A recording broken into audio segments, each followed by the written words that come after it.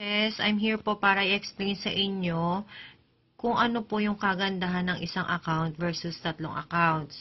So, i-explain ko po ito, hindi po para paglabasin po kayo ng malaking pera, pero dahil dito po kayo kikita ng mas malaki. So, ayan po. So, but if you want to earn big, start big po. Try po natin yung multiple heads or multiple heads program po natin. So, explain ko na po. Example po, isa lang po yung account natin. 2998 or 3998. Possible po na isa nyo pong account, meron pong left and right. So, possible po na magkaroon po kayo ng 20 na tao sa left and then 20 na tao sa right. So, ayan po. So, di ba po ang pairing po natin is 700 pesos. So, sabihin po natin 20 times 700, magkano po iyon? Ang 20 times 700 po is, ang kita nyo po is 14,000. Whereas, di ba? Whereas, sa tripack account po or tatlong accounts, kung example po, ikaw po ito, si U1, si U2, and si U3. So, instead po na ibang tao po sa left mo, na nasa baba, sa A mo, na nasa left mo or A mo, ikaw po muna, si U2. So, instead na ibang tao po sa U3 mo, ikaw muna.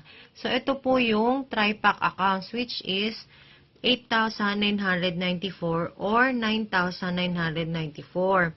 So, paano po ba? Ano po ba kinaibahan niya, Coach Lani, sa single account versus tripack account?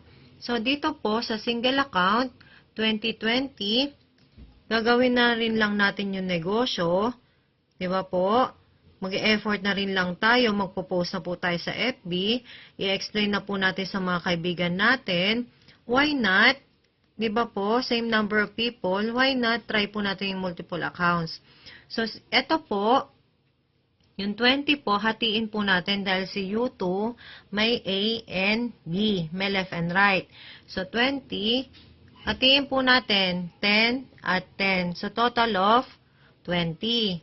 So, si U3, meron din pong left and right. So, hatiin din po natin tong 20, tig 10, and tig 10 po. So, total of 40, 40. So, same effort, same number of people. Pero magkaiba ng resulta. So, sabi dito, pag meron ka sa left and right mo, magpipairing po siya ng 700. So, ito po, magpipairing 10 times 700, may 7,000 po sino? Si U2. Paano po kung ibang tao po ito? Di ba po? Sayang naman. So, si U3, meron ding 7,000. Di ba po? So, kung ibang tao din po ito, sayang din po ulit. So, si U1, A and B po niya, si U2 and U3. So, automatic po, magpipairing po itong 20 at 20 po. So, 20 times 700, meron pong 14,000 si U1. Total of 28,000 pesos. Diba po? Compare nyo po dito sa isang account na 14,000.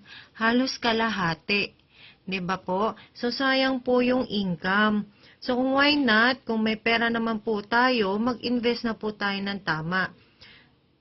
Same effort, same number of people, pero magkaiba ng resulta.